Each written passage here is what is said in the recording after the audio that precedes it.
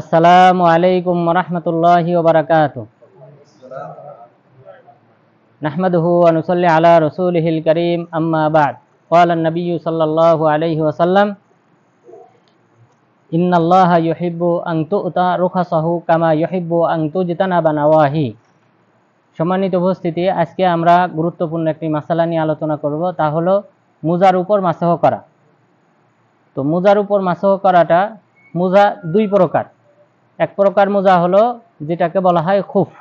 খুফ মানে চামড়ার মোজা। আরেকটা হলো জাওরাব, যার অর্থ হলো কাপড়ের মোজা, যেটা সুতা দিয়ে তৈরি করা হয়, কাপড় দিয়ে তৈরি করা হয়, এই মোজা। তো উভয় প্রকার মোজার উপর মাসহ করা জায়েজ আছে। মাসহ করা সম্পর্কে আমর ইবনে উমাইয়া রাহিমাহুল্লাহ তিনি বলেন, সহিহ বুখারীর 2005 নম্বর হাদিস, আমর ইবনে উমাইয়া রাদিয়াল্লাহু আনহু তিনি বলেন, রাআইতুন নাবিয়্যা সাল্লাল্লাহু আলাইহি ওয়াসাল্লাম ইয়ামসাহু আলা ইমামাতিহি ওয়া খুফাইহি। আমি রাসূল সাল্লাল্লাহু আলাইহি ওয়াসাল্লামকে দেখলাম তিনি তার পাগড়ির উপর এবং তার মোজার উপর মাসহ করেছেন। এখানে মোজা বলতে চামড়ার মোজা, খুফ বলা হয়েছে যেটা চামড়ার মোজা। তাহলে আমর ইবনে উমাইয়া রাদিয়াল্লাহু আনহু বললেন, আমি রাসূল সাল্লাল্লাহু আলাইহি ওয়াসাল্লামকে সিমাগের উপর বা এই যে পাগড়িটা যেটা রাসূল সাল্লাল্লাহু আলাইহি ওয়াসাল্লাম পরতেন, অনেককে দেখেছেন আপনারা পেঁচায় পরে, এটাকে বলা হয়। তো এই পাগড়ি যারা পরবে তারা কি করবে, ওই পাগড়ির উপর মাসহ করতে পারবে। মাথা অর্থাৎ টুপি খোলার প্রয়োজন নেই, তারা ওই পাগড়ির উপর মাসহ করলেই মাথা মাসহ করা হয়ে যাবে। এরপর যারা মোজা পরবে, অর্থাৎ সেটা চামড়ার মোজা হোক অথবা কাপড়ের মোজা হোক, উভয় প্রকার মোজার উপর মাসহ করা জায়েজ। মাসহ করার সিস্টেম হলো, আপনি হাতের ভিজা নেওয়ার পর, অর্থাৎ ভিজা নেওয়ার পর শুধুমাত্র উপরের অংশে কি করবেন, এইভাবে হাত অতিক্রম করাবে।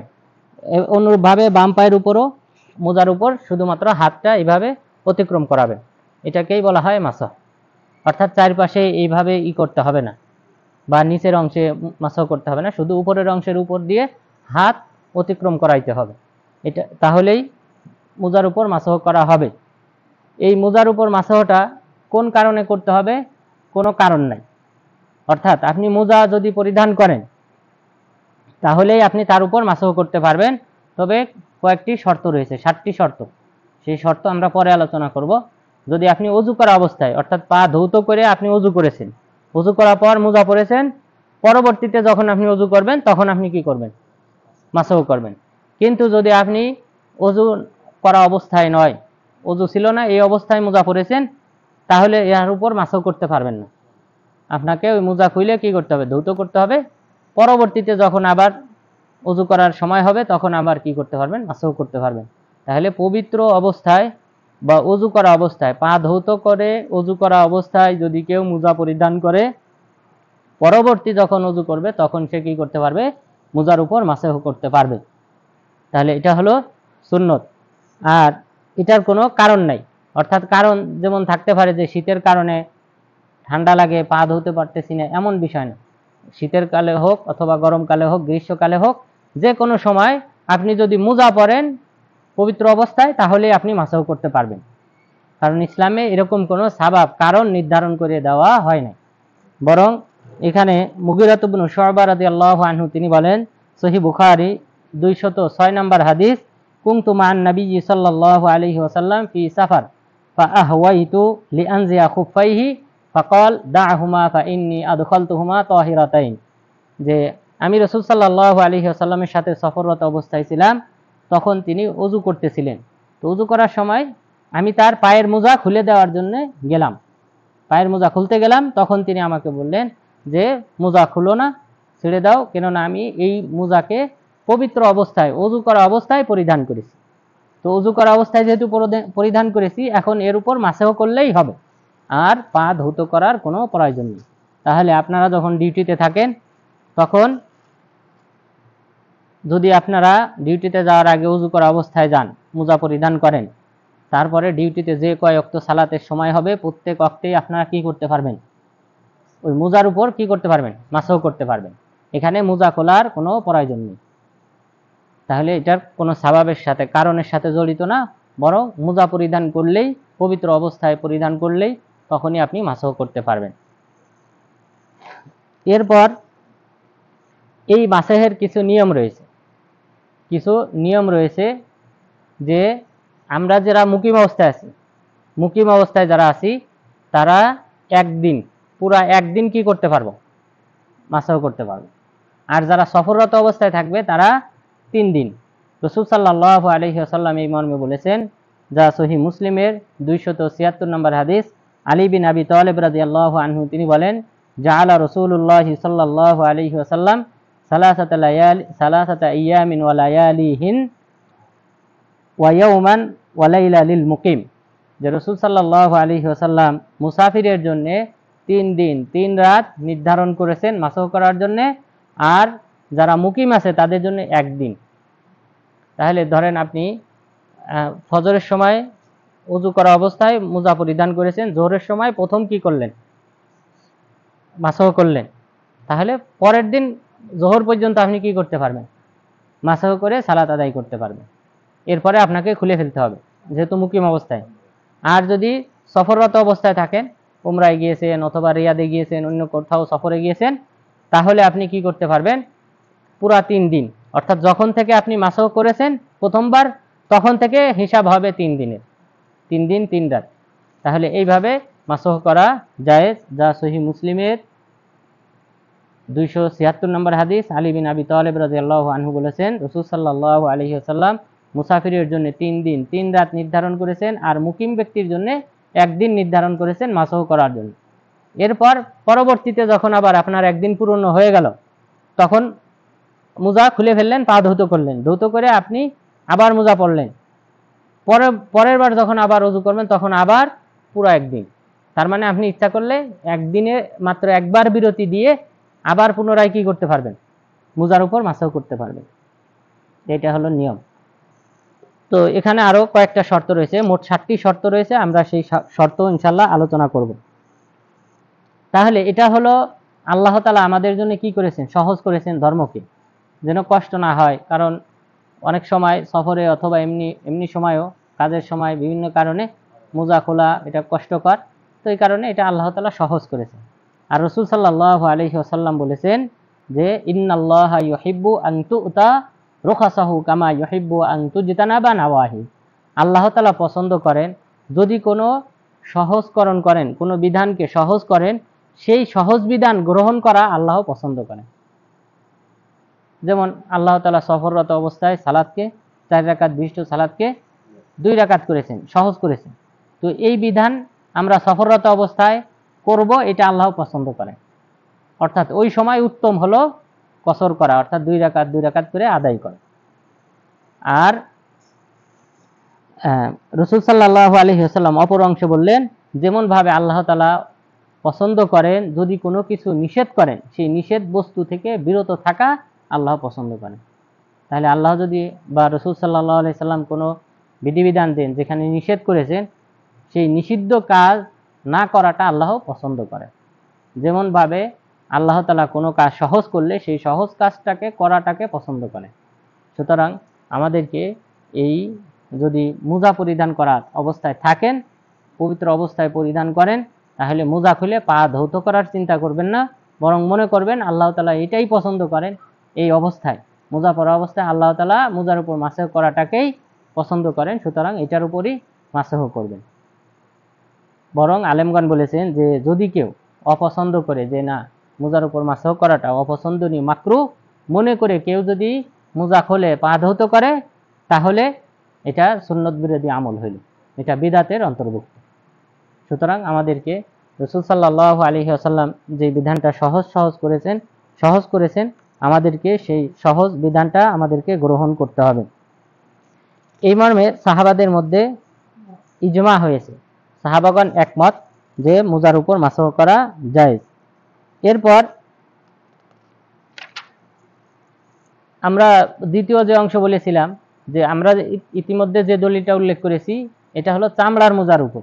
এখন প্রশ্ন হলো যে সুতার মোজা বা কাপড়ের মোজা যেটা রয়েছে, এটার উপর মাসাহ করার দলিল কি? এটার উপর মাসাহ করার দলিল হলো যা মুসনাদে আহমদের 22,383 নম্বর হাদিস। এখানে রাসূল সাল্লাল্লাহু আলাইহি ওয়াসাল্লাম বলেছেন, সাওবান রাদিয়াল্লাহু আনহু বলেন, আমাদেরকে রাসূল সাল্লাল্লাহু আলাইহি ওয়াসাল্লাম যুদ্ধে পাঠিয়েছিলেন। একটা সারিয়া পাঠিয়েছিলেন। সেই সারিয়া বলা হয় যেই যুদ্ধের সৈন্য সংখ্যা 400 জনের কম, সেটাকে সারিয়া বলা হয়। আর 400 জনের উপরে যদি হয় এটাকে গজওয়া বলা হয়, বড় যুদ্ধ। তো ছোট যুদ্ধে আমাদেরকে পাঠালেন। পাঠানোর পর সেই সময় খুব ঠান্ডা ছিল। তো খুব ঠান্ডা ছিল, তখন আমরা রাসূল সাল্লাল্লাহু আলাইহি ওয়াসাল্লামের কাছে মদিনায় ফিরে আসার পর অভিযোগ করলাম যে আল্লাহ রাসূল, আমাদের জন্য ওযু করাটা ওই মুহূর্তে অনেক কষ্টকর, তো এখানে আমরা কি করলে উত্তম ছিল? রাসূল সাল্লাল্লাহু আলাইহি ওয়াসাল্লাম তখন তিনি বলেছিলেন, ফাআমারাহুম আইয়ামসাহু আলাল আসাইব ওয়াত তাসাখিন। তখন তাদেরকে নির্দেশ দিয়েছিলেন যে তোমরা তোমাদের পাগড়ির উপর মাসাহ করবে, অর্থাৎ শীতের মৌসুম, তোমরা পাগড়ি খোলার কোনো প্রয়োজন নেই। এবং ওয়াত তাসাখিন, এবং তাসাখিন বলা হয় যা আমাদের পাকে গরম করে। তো পাকে সুতার মোজা আমরা যে পরিধান করি শীতের সময়, কাপড়ের মোজা পরিধান করি, এটা তো শীত থেকে বাঁচার জন্যই করি, এটা আমাদের পাকে গরম করে। সুতরাং এই কাপড়ের মোজা, চামড়ার মোজা, যে কোনো মোজা অন্তর্ভুক্ত এই অংশে, যা তাসাখিন মানে যা পাকে গরম করে, এমন যা কিছু পরিধান করা হবে পায়ে, সেটার উপরও মাসাহ করা যায়। সুতরাং চামড়ার মোজার মাধ্যমেই শুধু পা গরম হয় না, বরং এই কাপড়ের মোজার মাধ্যমেও পা গরম হয়। সুতরাং কাপড়ের মোজার উপর মাসাহ করা যায়। আর এই মর্মে ইমাম আহমদ বিন হাম্বল রাহিমাহুল্লাহ তিনি বলেছেন যে 7 জন বা 8 জন সাহাবী থেকে বর্ণিত হয়েছে যে তারা এই কাপড়ের মোজার উপর মাসাহ করেছে। সুতরাং এখানে কোনো ইশকাল নেই। অনেক সময় আমাদের দেশে অনেক সময় এটা পার্থক্য করে, আমাদের দেশে বরং অপছন্দ করে, মোজার উপর মাসাহ করা অপছন্দ করে, মাকরুহ মনে করে, কিন্তু এটা সুন্নত বিরোধী কথা। রাসূল সাল্লাল্লাহু আলাইহি ওয়াসাল্লাম করেছেন। এরপর এই যে কাপড়ের মোজার উপর 8 জন সাহাবী থেকে বর্ণিত হয়েছে তারা মোজার উপর মাসাহ করেছে, কাপড়ের মোজার উপর। সুতরাং মাকরুহ বলার কোনো সুযোগ নেই, বরং আমাদেরকে কাপড়ের মোজা হোক অথবা চামড়ার মোজা হোক, উভয় অবস্থাতেই মাসাহ করা সুন্নত। এবং এটা আল্লাহ তাআলা আমাদের উম্মতের উপর, এই উম্মতে মুহাম্মাদীর জন্য এটা সহজকরণ করেছেন। সেই সহজকরণ এটা আমাদেরকে গ্রহণ করতে হবে। এরপর আমরা শর্ত উল্লেখ করব, অর্থাৎ এই শর্তগুলি যদি থাকে তাহলে আমাদের মোজার উপর মাসাহ করা সঠিক। আর এই শর্তগুলি যদি না পাওয়া যায় তাহলে বুঝতে হবে আমাদের মোজার উপর মাসাহ করা সঠিক নয়। তার মধ্যে প্রথমটা হলো আইয়াকুন আল খুফু তাহিরা। আপনি যে মোজাটা পরিধান করবেন, চামড়ার হোক অথবা কাপড়ের হোক, এই মোজাটা পবিত্র হইতে হবে। যদি এখানে নাজাসাত লেগে থাকে, মানুষের পেশাব বা পায়খানা বা ময়লাযুক্ত যে সব বস্তু আছে, নাপাকি, যে সকল প্রাণী খাওয়া হারাম, তাদের বিষ্ঠা অথবা পেশাব যদি লাগে অথবা মৃত কোনো প্রাণীর কোনো কিছু লাগে, তাহলে সেটা হলো নাপাক। তো এই নাপাকি যদি কোনো লেগে থাকে মোজায়, তাহলে এটার উপর মাসাহ করা যাবে না, বরং এটাকে পবিত্র করতে হবে, ধুইতে হবে। ধুয়ে পবিত্র করার পর তারপর পরিধান করলে এর উপর আপনি মাসাহ করতে পারবেন। তাহলে এটা একটা অন্যতম শর্ত যে মোজা পবিত্র হতে হবে, পবিত্র হওয়ার পর তারপর এটা পরিধান করতে হবে। এরপর এই দ্বিতীয় যে শর্ত, আইয়াকুন আল খুফু মুতাজাবিজান লিল কাবাই, যে এই যে মোজাটা আপনি পরিধান করবেন, এই মোজাটা অবশ্যই এই পায়ের যে গোড়ালি আছে এই গোড়ালি অতিক্রম করতে হবে, গোড়ালিকে পুরা ঢাকতে হবে। অনেক সময় দেখবেন অনেকে ছোট মোজা পরিধান করে, গোড়ালি ঢাকে না, এটার উপর মাসাহ করা যাবে না। কারণ আপনারা জানেন পা ধৌত করতে হয় গোড়ালি সহকারে। তো যদি গোড়ালি না ঢাকে, এমন মোজা পরিধান করেছেন গোড়ালি ঢাকে নাই, খোলা রয়েছে, তাহলে তো এটা তো মোজা হিসেবে গণ্য হবে না। এটা এই মোজার উপর মাসাহ করাও যাবে না, বরং আপনাকে পা ধৌত করতে হবে, খুলে পা ধৌত করতে হবে। আর যে মোজাগুলি পায়ের গোড়ালি ঢেকে ফেলবে বা এর উপরে আরো উপরে যেটা পড়া হয়, এটার উপর আপনি কি করতে পারবেন? মাসাহ করতে পারবেন। তাহলে আমরা 2 নম্বর শর্ত জানলাম। প্রথম শর্ত জানলাম যে মোজাটা পবিত্র হতে হবে। 2 নম্বর শর্ত হলো পায়ের গোড়ালি ঢাকতে হবে। তাহলে এখানে আরো মাসালা আসবে। পায়ের গোড়ালি ঢাকা, যদি কেউ কি করে, ছিঁড়া মোজা পরিধান করে, যে ছিঁড়া মোজা পরিধান করছে যার কারণে অনেক অংশ কি হয়ে গেছে, খোলা। তো খোলা যদি বেশিরভাগ হয়, অর্থাৎ অর্ধেকের বেশি যদি ছিঁড়া হয়, তাহলে এই মোজার উপর মাসাহ করা যাবে না। আলেমগণ সবাই একমত হয়েছে। কারণ কি? কারণ এটা জুতার সাথে সাদৃশ্যপূর্ণ হয়ে যায়। জুতা পরিধান করলে যেমন এর উপর মাসাহ করা জায়েজ নাই, অনুরূপভাবে ছিঁড়া মোজা অর্ধেকের বেশি ছিঁড়া যদি হয়, তাহলে ওটাও জুতার মতো হয়ে গেল। এই কারণে ওইটার উপর মাসাহ করা যাবে না। কিন্তু যদি অর্ধেকের কম হয় তাহলে এটার উপর মাসাহ করা জায়েজ। অর্ধেকের কম যদি ছিঁড়া হয় এটার উপর মাসাহ করা জায়েজ, কারণ সাহাবাগণ তাদের সময়ে কিন্তু দরিদ্র অবস্থা বেশি ছিল। দারিদ্রতা সকল সাহাবার মাঝেই, প্রায় অধিকাংশ সাহাবার মাঝেই দারিদ্রতা ছিল। সুতরাং তাদের মোজা অধিকাংশ সময় ছিঁড়া ছিল। যেমন ইসহাক রাহিমাহুল্লাহ তিনি বলেছেন যে এটা সাহাবাদের মধ্যে এই ছিঁড়া মোজা পরিধান করার প্রচলন ছিল, যেহেতু তাদের মধ্যে অভাব অনটন ছিল। সুতরাং ছিঁড়া মোজার উপর মাসাহ করা জায়েজ। ইসহাক রাহিমাহুল্লাহ তিনি এই কথা বলেছেন। তাহলে বুঝলাম যে যদি মোজাটা যেমন গোড়ালি না ঢাকলে যেমন মাসাহ করা যাবে না, অনুরূপভাবে যদি ছিঁড়ার পরিমাণ বেশি হয় তাহলে সেটার উপর মাসাহ করা যাবে না, কারণ এটা তখন স্যান্ডেলের সাথে সাদৃশ্যপূর্ণ হয়ে যায়, আর স্যান্ডেলের উপর মাসাহ করা জায়েজ নেই। এরপর 3 নাম্বার যে শর্ত, আমাদের পা দয় কি হইতে হবে? পবিত্র হতে হবে। আইয়াকুনাল কদামান তাহিরাতাইন তাহারাতা গুসলিন, যে আমাদের পা দয় ধৌত করার মাধ্যমে পবিত্র হতে হবে। অর্থাৎ যেটা আমরা প্রথমে বলেছিলাম যে রাসূল সাল্লাল্লাহু আলাইহি ওয়াসাল্লাম বললেন দা'হুমা ফাইন্নী আদখালতুহুমা তাহিরাতাইন, যে তুমি মোজা খুলো না, বরং আমি এই মোজাটা পবিত্র অবস্থায় পরিধান করেছি, সুতরাং ছেড়ে দাও।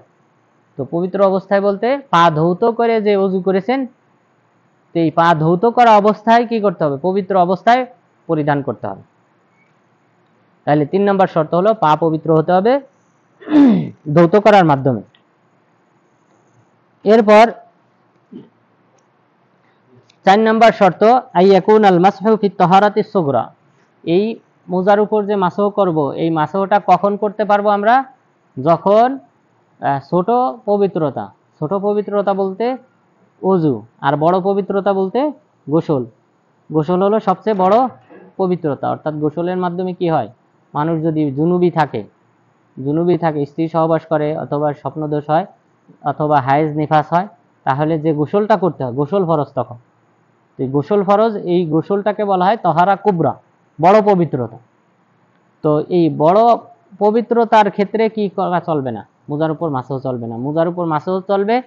আর তাহারা সুগরা, ছোট পবিত্রতা, অর্থাৎ ওযু, যে সকল কারণে আমাকে ওযু করতে হবে সেই সকল কারণে আপনি কি করতে পারবেন? মাসহ করতে পারবেন। কিন্তু যে সকল কারণে গোসল ফরজ, সেই সকল কারণে মোজা অবশ্যই খুলতে হবে। যেহেতু গোসল করতে হবে, গোসল করতে হলে মোজা খুলতে হবে, ওই সময় মোজার উপর মাসহ চলবে না। তাহলে আমরা জানলাম 4 নম্বর শর্ত হলো যে এই মোজার উপর মাসহটা করতে হবে যখন আমাদের তাহারা সুগরা আবশ্যক। ওযু করা আবশ্যক কোন কোন সময়? সালাত আদায় করার পূর্বে, কোরআন তেলাওয়াতের পূর্বে, এরপর বাইতুল্লাহ তাওয়াফের পূর্বে। আর কোনো কারণ আছে? বরং এই লাস্টের 2 কারণের ব্যাপারে আলেমগণ ইখতিলাফ করেছে, কিন্তু মূলত এই 3টাই, যে সালাত আদায় করা, যে কোনো সালাত, এটা জানাজার সালাত হতে পারে, জুমার সালাত হতে পারে, অথবা 5 ওয়াক্ত ফরজ, নফল সালাত, যে কোনো সালাত হতে পারে, এটার আগে ওযু করতে হয়। তারপর ওযু করতে হয় কিসের সময়? কোরআন তেলাওয়াতের ক্ষেত্রে। এরপর আরেকটা হলো তওয়াফ। এই 3 ক্ষেত্রেই কিন্তু কি করতে হয়? সাধারণত ওযু করতে হয়। আরো কিছু কারণ আছে, কিন্তু সেই কারণগুলা মুস্তাহাব। সেই কারণগুলা হলো মুস্তাহাব, মানে ওয়াজিব না, আবশ্যক না, ফরজ না। সেই কারণ, যেমন কেউ যদি তার স্ত্রীর সাথে দ্বিতীয়বার সহবাস করতে চায়, তাহলে নিয়ম হলো রাসূল সাল্লাল্লাহু আলাইহি সাল্লাম বলেছেন যে সে ওযু করে নেবে মাঝখানে, দ্বিতীয়বার স্ত্রীর কাছে যাওয়ার আগে ওযু করবে, এই বিরতি দেবে ওযুর মাধ্যমে। তো এই যে ওযু, এটা কি ওয়াজিব না, এটা হলো মুস্তাহাব, সুন্নত। তাহলে আমরা 4র্থ কারণ জানলাম। এরপরে 5ম কারণ হলো এই মাসহটা হতে হবে যে সময় নির্ধারণ করে দেওয়া হয়েছে শরীয়তে, সেই সময়ের মধ্যে হইতে হবে, এর বাহিরে হইলে হবে না। যে সময় বলতে মুকিমের জন্য কতদিন? মুকিম সর্বোচ্চ কতদিন? না, মুকিম একদিন। মুকিম পুরায় একদিন কি করতে হবে? মাসহ করতে হবে। তাহলে যদি একদিন অতিক্রম করে তাহলে সে কি করতে পারবে না? মাসহ করতে পারবে না। তাহলে এটা একটা শর্ত, যে নির্দিষ্ট শরীয়তে যে নির্দিষ্ট সময় নির্ধারণ করে দেওয়া হয়েছে সেই সময়ের মধ্যে হতে হবে। সময়ের বাহিরে চলে গেলে তখন আর সে মাসহ করতে পারবে না। আর মুসাফির ব্যক্তি 3 দিন। 3 দিন অতিক্রম করার পর তাকে মোজা একবার খুলতে হবে, খুলে পা ধৌত করতে হবে, এরপর পরিধান করবে। পরে রক্তে সে কি করতে পারবে, আবার পুনরায় আবার 3 দিন কি করতে পারবে। তাহলে এইভাবে আমরা কিন্তু পুরা শীতের মৌসুম কি করতে পারি, মোজার উপর মাসাহ করার মাধ্যমে কি করতে পারি, সালাত আদায় করতে পারি। অর্থাৎ এই সময় শীতে, অর্থাৎ যতক্ষণ না ফরজ গোসল হয়, গোসল করার প্রয়োজন না হয়, ততক্ষণ পর্যন্ত আমরা এইভাবে প্রতিদিন সালাত আদায় করতে পারি, একদিন পর পর বিরতি দেওয়ার মাধ্যমে, মোজা ধৌত, পা ধৌত করার মাধ্যমে। এরপর 6 নম্বর শর্ত হলো আইয়ালবাসাল খুফাইন ওমা ইয়াশবাহুমা মান, যে এই মোজাটা 2 পায়েই পরিধান করতে হবে। অর্থাৎ এক পায়ে পরিধান করলেন, আরেক পা খালি রাখলেন, এই অবস্থায় কি করা যাবে না, মাসাহ করা যাবে না। কারণ এই বিধানটা এসেছে যে 2 পায়ের জন্য, যে ব্যক্তি উভয় পায়ে মোজা পরিধান করবে সেই ব্যক্তি মাসাহ করবে। কিন্তু কেউ এক পায়ের উপর মোজা পরিধান করছে, আরেক পায়ে মোজা পরিধান করে নাই, এই ব্যক্তি মাসাহ করতে পারবে না। তাহলে এটা একটা শর্ত, অন্যতম শর্ত। এরপর 7 নম্বর শর্ত, এটাই সর্বশেষ শর্ত। এই শর্তটা সাধারণত সকল ইবাদতের ক্ষেত্রে প্রযোজ্য। সেটা হলো নিয়ত করতে হবে যে আমি মোজার উপর মাসাহ করব। এটা অন্তরে মনের সংকল্প থাকতে হবে, এটা মুখে কোনো উচ্চারণ করার বিষয় নয়। কেননা রাসূল সাল্লাল্লাহু আলাইহি ওয়াসাল্লাম বলেছেন, ইন্নামাল আমালু বিন্নিয়াত, আমল নির্ভরশীল নিয়তের উপর। যদি নিয়ত না থাকে তাহলে সেই আমল কবুল হবে না। ইবাদত কবুল হওয়ার একটা অন্যতম শর্ত হলো নিয়ত। এটা মনের সংকল্প থাকতে হবে যে আমি মোজার উপর মাসাহ করব। তো এই হলো মোট 7টি। তাহলে আমরা 7টি শর্ত জানলাম। তাহলে প্রথম শর্ত হলো যে কি হতে হবে, মোজাটা পবিত্র হতে হবে। যে মোজা দুইটা আমরা পরিধান করব, কাপড়ের হোক চামড়ার হোক, এটা পবিত্র হতে হবে। এরপর এই মোজা 2 নম্বর শর্ত হলো এই মোজা পুরা আমাদের পায়ের গোড়ালি সহ ঢাকতে হবে। পায়ের গোড়ালি সহ যদি ঢাকে তাহলে আমরা এটার উপর মাসাহ করতে পারবো। এরপর 3 নম্বর শর্ত হলো আমাদের পা দয় কি হইতে হবে, পবিত্র হইতে হবে গোসল করার ধৌত করার মাধ্যমে। অর্থাৎ আমরা যখন মোজা পরিধান করব তার পূর্বে অবশ্যই অজু অবস্থায় পরিধান করতে হবে। অজু অবস্থায় পরিধান করতে হবে, তাহলে আমরা মোজার উপর মাসাহ করতে পারবো। এটা হলো 3 নম্বর শর্ত। এরপর 4 নম্বর শর্ত হলো যে এই মোজাটা ওই সময়ের মধ্যে হইতে হবে। শরীয়তে যে সময় নির্ধারণ করে দেওয়া হয়েছে সেই সময়ের মধ্যে কি হইতে হবে, এই মোজাটা মাসাহ করতে হবে।